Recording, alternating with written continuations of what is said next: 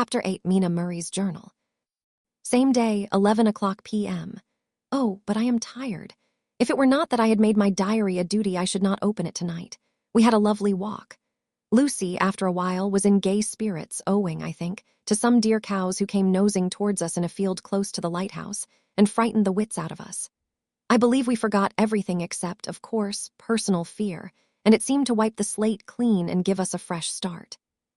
We had a capital, severe tea at Robin Hood's Bay in a sweet little old-fashioned inn, with a bow window right over the seaweed-covered rocks of the Strand. I believe we should have shocked the new woman with our appetites. Men are more tolerant, bless them. Then we walked home with some, or rather many, stoppages to rest, and with our hearts full of a constant dread of wild bulls.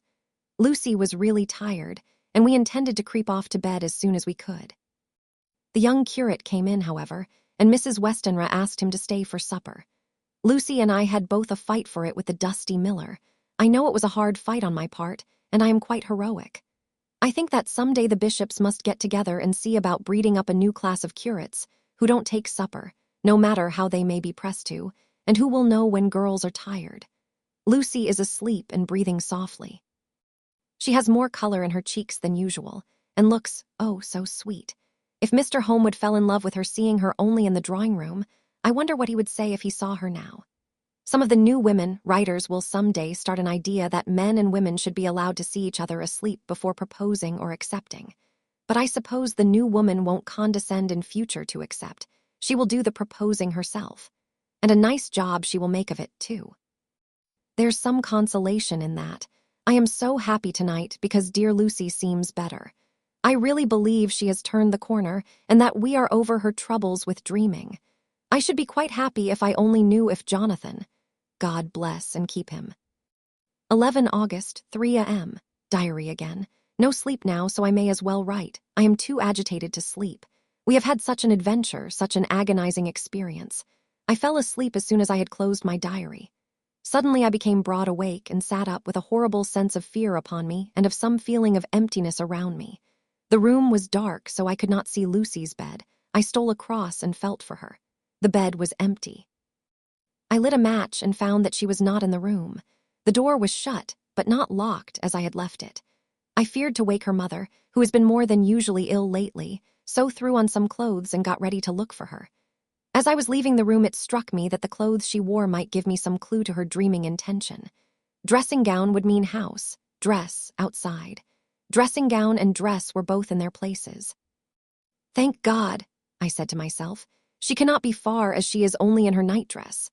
I ran downstairs and looked in the sitting room. Not there. Then I looked in all the other open rooms of the house with an ever-growing fear chilling my heart. Finally, I came to the hall door and found it open. It was not wide open, but the catch of the lock had not caught. The people of the house are careful to lock the door every night, so I feared that Lucy must have gone out as she was. There was no time to think of what might happen. A vague, overmastering fear obscured all details. I took a big, heavy shawl and ran out. The clock was striking 1 as I was in the crescent, and there was not a soul in sight. I ran along the north terrace, but could see no sign of the white figure which I expected. At the edge of the west cliff above the pier, I looked across the harbor to the east cliff, in the hope or fear, I don't know which, of seeing Lucy in our favorite seat. There was a bright full moon, with heavy black, driving clouds, which threw the whole scene into a fleeting diorama of light and shade as they sailed across. For a moment or two I could see nothing, as the shadow of a cloud obscured St. Mary's Church and all around it. Then, as the cloud passed, I could see the ruins of the abbey coming into view, and as the edge of a narrow band of light as sharp as a sword cut moved along, the church and the churchyard became gradually visible. Whatever my expectation was, it was not disappointed, for there, on our favorite seat, the silver light of the moon struck a half-reclining figure, snowy white. The coming of the cloud was too quick for me to see much, for shadow shut down on light almost immediately, but it seemed to me as though something dark stood behind the seat where the white figure shone, and bent over it. What it was, whether man or beast, I could not tell. I did not wait to catch another glance, but flew down the steep steps to the pier and along by the fish market to the bridge, which was the only way to reach the east cliff. The town seemed as dead, for not a soul did I see. I rejoiced that it was so, for I wanted no witness of poor Lucy's condition. The time and distance seemed endless, and my knees trembled and my breath came labored as I twirled up the endless steps to the abbey. I must have gone fast, and yet it seemed to me as if my feet were weighted with lead, and as though every joint in my body were rusty. When I got almost to the top, I could see the seat and the white figure, for I was now close enough to distinguish it even through the spells of shadow. There was undoubtedly something, long and black, bending over the half-reclining white figure. I called in fright, "Lucy! Lucy!" and something raised a head, and from where I was I could see a white face and red, gleaming eyes. Lucy did not answer, and I ran on to the entrance of the churchyard.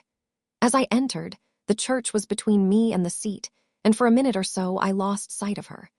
When I came in view again, the cloud had passed, and the moonlight struck so brilliantly that I could see Lucy half reclining with her head lying over the back of the seat. She was quite alone, and there was not a sign of any living thing about. When I bent over her, I could see that she was still asleep. Her lips were parted, and she was breathing, not softly as usual with her, but in long, heavy gasps, as though striving to get her lungs full at every breath. As I came close, she put up her hand in her sleep and pulled the collar of her nightdress close around her throat. Whilst she did so, there came a little shudder through her, as though she felt the cold.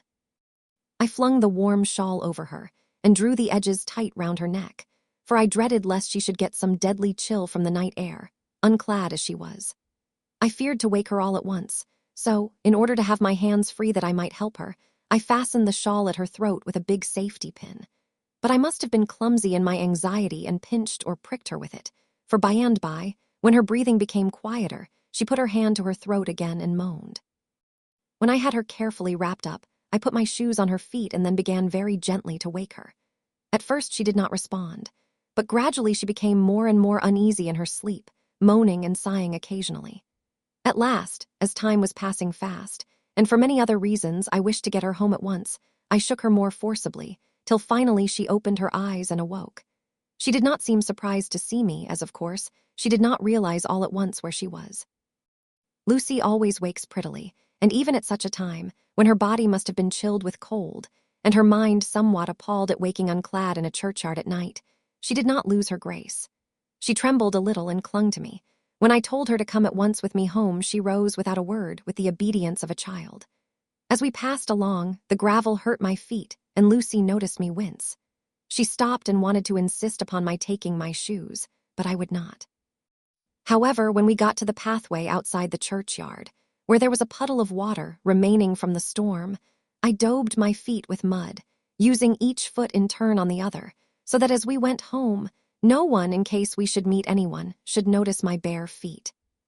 Fortune favored us, and we got home without meeting a soul. Once we saw a man, who seemed not quite sober, passing along a street in front of us, but we hid in a door till he had disappeared up an opening such as there are here, steep little closes, or wynds, as they call them in Scotland. My heart beat so loud all the time that sometimes I thought I should faint. I was filled with anxiety about Lucy, not only for her health, lest she should suffer from the exposure, but for her reputation in case the story should get wind. When we got in and had washed our feet and had said a prayer of thankfulness together, I tucked her into bed. Before falling asleep, she asked, even implored, me not to say a word to anyone, even her mother, about her sleepwalking adventure.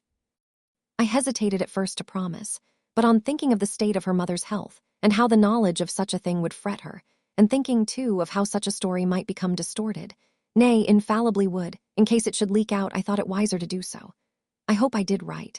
I have locked the door, and the key is tied to my wrist, so perhaps I shall not be again disturbed. Lucy is sleeping soundly. The reflex of the dawn is high and far over the sea. Same day, noon. All goes well. Lucy slept till I woke her and seemed not to have even changed her side. The adventure of the night does not seem to have harmed her. On the contrary, it has benefited her, for she looks better this morning than she has done for weeks. I was sorry to notice that my clumsiness with the safety pin hurt her. Indeed, it might have been serious, for the skin of her throat was pierced. I must have pinched up a piece of loose skin and have transfixed it, for there are 2 little red points like pin pricks, and on the band of her nightdress was a drop of blood. When I apologized and was concerned about it, she laughed and petted me and said she did not even feel it. Fortunately, it cannot leave a scar, as it is so tiny. Same day, night. We passed a happy day. The air was clear and the sun bright, and there was a cool breeze. We took our lunch to Mulgrave Woods, Mrs. Westenra driving by the road and Lucy and I walking by the cliff path and joining her at the gate. I felt a little sad myself, for I could not but feel how absolutely happy it would have been had Jonathan been with me. But there, I must only be patient. In the evening we strolled in the casino terrace and heard some good music by Spower and Mackenzie and went to bed early. Lucy seems more restful than she has been for some time and fell asleep at once. I shall lock the door and secure the key the same as before, though I do not expect any trouble tonight. 12 August. My expectations were wrong, for twice during the night I was wakened by Lucy trying to get out. She seemed, even in her sleep, to be a little impatient at finding the door shut and went back to bed under a sort of protest. I woke with the dawn and heard the birds chirping outside of the window. Lucy woke, too, and I was glad to see was even better than on the previous morning. All her old gaiety of manner seemed to have come back, and she came and snuggled in beside me and told me all about Arthur. I told her how anxious I was about Jonathan, and then she tried to comfort me. Well, she succeeded somewhat, for though sympathy can't alter facts, it can help to make them more bearable. 13 August. Another quiet day, and to bed with the key on my wrist as before. Again I awoke in the night and found Lucy sitting up in bed, still asleep, pointing to the window. I got up quietly and, pulling aside the blind, looked out. It was brilliant moonlight, and the soft effect of the light over the sea and sky, merged together in one great, silent mystery, was beautiful beyond words. Between me and the moonlight flitted a great bat, coming and going in great whirling circles. Once or twice it came quite close, but was, I suppose, frightened at seeing me, and flitted away across the harbor towards the abbey. When I came back from the window, Lucy had lain down again and was sleeping peacefully. She did not stir again all night. 14 August. On the East Cliff, reading and writing all day. Lucy seems to have become as much in love with the spot as I am, and it is hard to get her away from it when it is time to come home for lunch or tea or dinner. This afternoon she made a funny remark. We were coming home for dinner, and had come to the top of the steps up from the West Pier and stopped to look at the view, as we generally do. The setting sun, low down in the sky, was just dropping behind Kettleness. The red light was thrown over on the East Cliff and the old abbey, and seemed to bathe everything in a beautiful rosy glow. We were silent for a while, and suddenly Lucy murmured as if to herself, "His red eyes again, they are just the same." It was such an odd expression, coming apropos of nothing, that it quite startled me. I slewed round a little so as to see Lucy well without seeming to stare at her, and saw that she was in a half-dreamy state, with an odd look on her face that I could not quite make out, so I said nothing, but followed her eyes. She appeared to be looking over at our own seat, whereon was a dark figure seated alone. I was a little startled myself, for it seemed for an instant as if the stranger had great eyes like burning flames, but a second look dispelled the illusion. The red sunlight was shining on the windows of St. Mary's Church behind our seat, and as the sun dipped, there was just sufficient change in the refraction and reflection to make it appear as if the light moved. I called Lucy's attention to the peculiar effect, and she became herself with a start, but she looked sad all the same. It may have been that she was thinking of that terrible night up there. We never refer to it, so I said nothing, and we went home to dinner. Lucy had a headache and went early to bed. I saw her asleep and went out for a little stroll myself. I walked along the cliffs to the westward and was full of sweet sadness, for I was thinking of Jonathan. When coming home, it was then bright moonlight, so bright that, though the front of our part of the crescent was in shadow, everything could be well seen. I threw a glance up at our window and saw Lucy's head leaning out. I thought that perhaps she was looking out for me, so I opened my handkerchief and waved it. She did not notice or make any movement whatever. Just then, the moonlight crept round an angle of the building, and the light fell on the window. There distinctly was Lucy with her head lying up against the side of the windowsill and her eyes shut. She was fast asleep, and by her, seated on the windowsill, was something that looked like a good-sized bird. I was afraid she might get a chill, so I ran upstairs, but as I came into the room she was moving back to her bed, fast asleep and breathing heavily. She was holding her hand to her throat, as though to protect it from cold. I did not wake her, but tucked her up warmly. I have taken care that the door is locked, and the windows securely fastened. She looks so sweet as she sleeps, but she is paler than is her wont, and there is a drawn, haggard look under her eyes which I do not like. I fear she is fretting about something. I wish I could find out what it is. 15 August. Rose later than usual. Lucy was languid and tired and slept on after we had been called. We had a happy surprise at breakfast. Arthur's father is better and wants the marriage to come off soon. Lucy is full of quiet joy, and her mother is glad and sorry at once. Later on in the day, she told me the cause. She is grieved to lose Lucy as her very own, but she is rejoiced that she is soon to have someone to protect her. Poor dear, sweet lady. She confided to me that she has got her death warrant.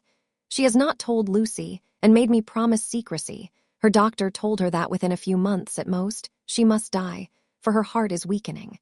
At any time, even now, a sudden shock would be almost sure to kill her. Ah, we were wise to keep from her the affair of the dreadful night of Lucy's sleepwalking. 17 August. No diary for 2 whole days. I have not had the heart to write. Some sort of shadowy pall seems to be coming over our happiness.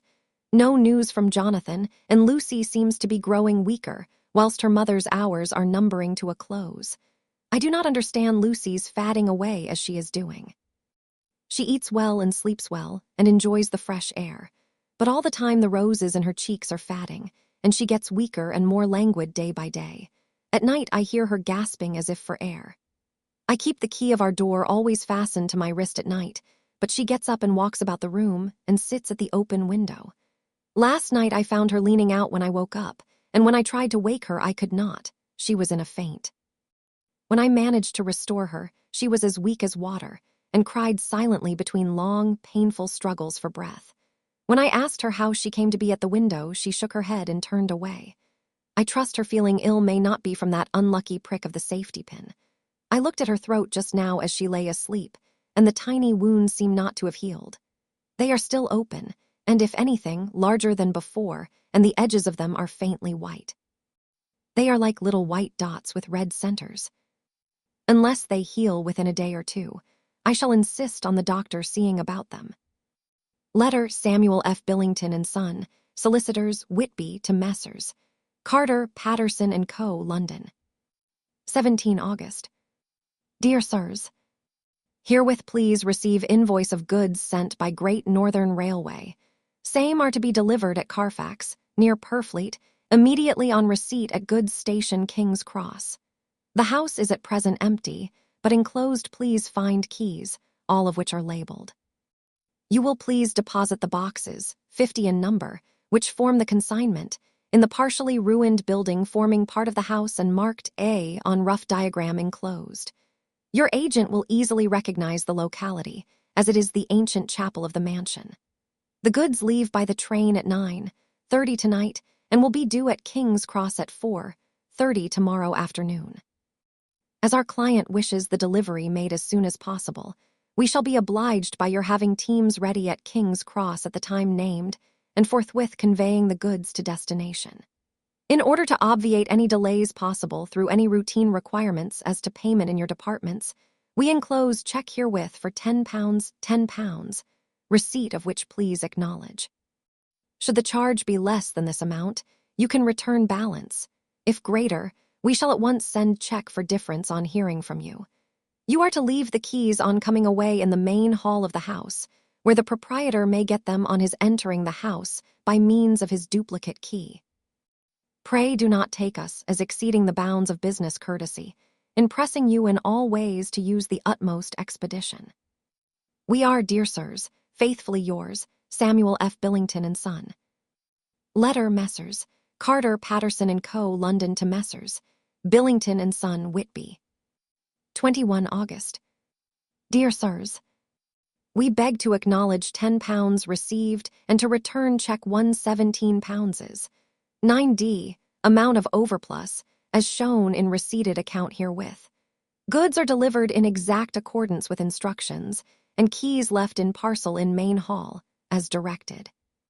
We are, dear sirs, yours respectfully, Pro Carter, Patterson and Co. Mina Murray's Journal. 18 August. I am happy today and write sitting on the seat in the churchyard. Lucy is ever so much better. Last night she slept well all night and did not disturb me once. The roses seem coming back already to her cheeks, though she is still sadly pale and wan-looking. If she were in any way anemic, I could understand it, but she is not. She is in gay spirits and full of life and cheerfulness. All the morbid reticence seems to have passed from her, and she has just reminded me, as if I needed any reminding, of that night, and that it was here, on this very seat, I found her asleep. As she told me, she tapped playfully with the heel of her boot on the stone slab and said, "My poor little feet didn't make much noise then. I dare say poor old Mr. Swales would have told me that it was because I didn't want to wake up Geordie." As she was in such a communicative humor, I asked her if she had dreamed at all that night. Before she answered, that sweet, puckered look came into her forehead, which Arthur, I call him Arthur from her habit, says he loves, and indeed I don't wonder that he does. Then she went on in a half-dreaming kind of way, as if trying to recall it to herself. "I didn't quite dream, but it all seemed to be real. I only wanted to be here in this spot. I don't know why, for I was afraid of something, I don't know what. I remember, though I suppose I was asleep, passing through the streets and over the bridge. A fish leaped as I went by, and I leaned over to look at it, and I heard a lot of dogs howling. The whole town seemed as if it must be full of dogs all howling at once, as I went up the steps. Then I had a vague memory of something long and dark with red eyes, just as we saw in the sunset, and something very sweet and very bitter all around me at once. And then I seemed sinking into deep green water, and there was a singing in my ears, as I have heard there is to drowning men. And then everything seemed passing away from me. My soul seemed to go out from my body and float about the air. I seem to remember that once the West Lighthouse was right under me, and then there was a sort of agonizing feeling, as if I were in an earthquake, and I came back and found you shaking my body. I saw you do it before I felt you." Then she began to laugh. It seemed a little uncanny to me, and I listened to her breathlessly. I did not quite like it, and thought it better not to keep her mind on the subject, so we drifted on to other subjects, and Lucy was like her old self again. When we got home, the fresh breeze had braced her up, and her pale cheeks were really more rosy. Her mother rejoiced when she saw her, and we all spent a very happy evening together. 19 August. Joy, joy, joy, although not all joy. At last, news of Jonathan. The dear fellow has been ill, that is why he did not write. I am not afraid to think it or say it now that I know. Mr. Hawkins sent me on the letter and wrote himself, oh, so kindly. I am to leave in the morning and go over to Jonathan, and to help to nurse him if necessary, and to bring him home. Mr. Hawkins says it would not be a bad thing if we were to be married out there. I have cried over the good sister's letter till I can feel it wet against my bosom, where it lies. It is of Jonathan, and must be next my heart, for he is in my heart. My journey is all mapped out and my luggage ready. I am only taking one change of dress. Lucy will bring my trunk to London and keep it till I send for it may be that. I must write no more. I must keep it to say to Jonathan, my husband. The letter that he has seen and touched must comfort me till we meet. Letter, Sister Agatha, Hospital of St. Joseph and Stee. Mary, Budapest, to Miss Wilhelmina Murray. 12 August. Dear Madam, I write by desire of Mr. Jonathan Harker, who is himself not strong enough to write, though progressing well, thanks to God and St. Joseph and Stee. Mary. He has been under our care for nearly 6 weeks, suffering from a violent brain fever. He wishes me to convey his love, and to say that by this post I write for him to Mr. Peter Hawkins, Exeter, to say, with his dutiful respects, that he is sorry for his delay, and that all of his work is completed. He will require some few weeks, rest in our sanatorium in the hills, but will then return. He wishes me to say that he has not sufficient money with him, and that he would like to pay for his staying here, so that others who need shall not be wanting for help. Believe me, yours with sympathy and all blessings, Sister Agatha. P.S. My patient being asleep, I open this to let you know something more. He has told me all about you and that you are shortly to be his wife. All blessings to you both. He has had some fearful shock, so says our doctor, and in his delirium his ravings have been dreadful, of wolves and poison and blood, of ghosts and demons, and I fear to say of what. Be careful with him always that there may be nothing to excite him of this kind for a long time to come. The traces of such an illness as his do not lightly die away. We should have written long ago, but we knew nothing of his friends, and there was on him nothing that anyone could understand. He came in the train from Klausenburg, and the guard was told by the station master there that he rushed into the station, shouting for a ticket for home. Seeing from his violent demeanor that he was English, they gave him a ticket for the furthest station on the way thither that the train reached. Be assured that he is well cared for. He has won all hearts by his sweetness and gentleness. He is truly getting on well, and I have no doubt will in a few weeks be all himself. But be careful of him for safety's sake. There are, I pray God and St. Joseph and Stee, merry many, many happy years for you both. Dr. Seward's Diary. 19 August. Strange and sudden change in Renfield last night. About 8 o'clock he began to get excited and sniff about as a dog does when setting. The attendant was struck by his manner, and knowing my interest in him, encouraged him to talk. He is usually respectful to the attendant and at times servile, but tonight the man tells me he was quite haughty, would not condescend to talk with him at all. All he would say was, "I don't want to talk to you. You don't count now. The master is at hand." The attendant thinks it is some sudden form of religious mania which has seized him. If so, we must look out for squalls, for a strong man with homicidal and religious mania at once might be dangerous. The combination is a dreadful one. At 9 o'clock I visited him myself. His attitude to me was the same as that to the attendant. In his sublime self-feeling, the difference between myself and attendant seemed to him as nothing. It looks like religious mania. And he will soon think that he himself is God. These infinitesimal distinctions between man and man are too paltry for an omnipotent being. How these madmen give themselves away! The real God taketh heed lest a sparrow fall, but the God created from human vanity sees no difference between an eagle and a sparrow. Oh, if men only knew! For half an hour or more Renfield kept getting excited in greater and greater degree.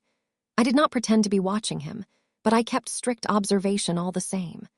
All at once that shifty look came into his eyes which we always see when a madman has seized an idea, and with it the shifty movement of the head and back which asylum attendants come to know so well. He became quite quiet, and went and sat on the edge of his bed resignedly, and looked into space with lackluster eyes.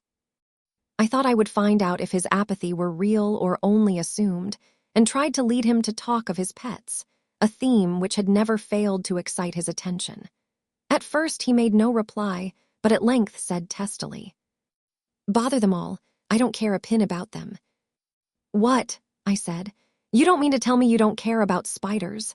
Spiders at present are his hobby, and the notebook is filling up with columns of small figures. To this he answered enigmatically, "The bridemaidens rejoice the eyes that wait the coming of the bride. But when the bride draweth nigh, then the maidens shine not to the eyes that are filled." He would not explain himself, but remained obstinately seated on his bed all the time I remained with him. I am weary tonight and low in spirits. I cannot but think of Lucy and how different things might have been. If I don't sleep at once, chloral, the modern Morpheus, C2HCl3O, H2O, I must be careful not to let it grow into a habit. No, I shall take none tonight. I have thought of Lucy, and I shall not dishonor her by mixing the two.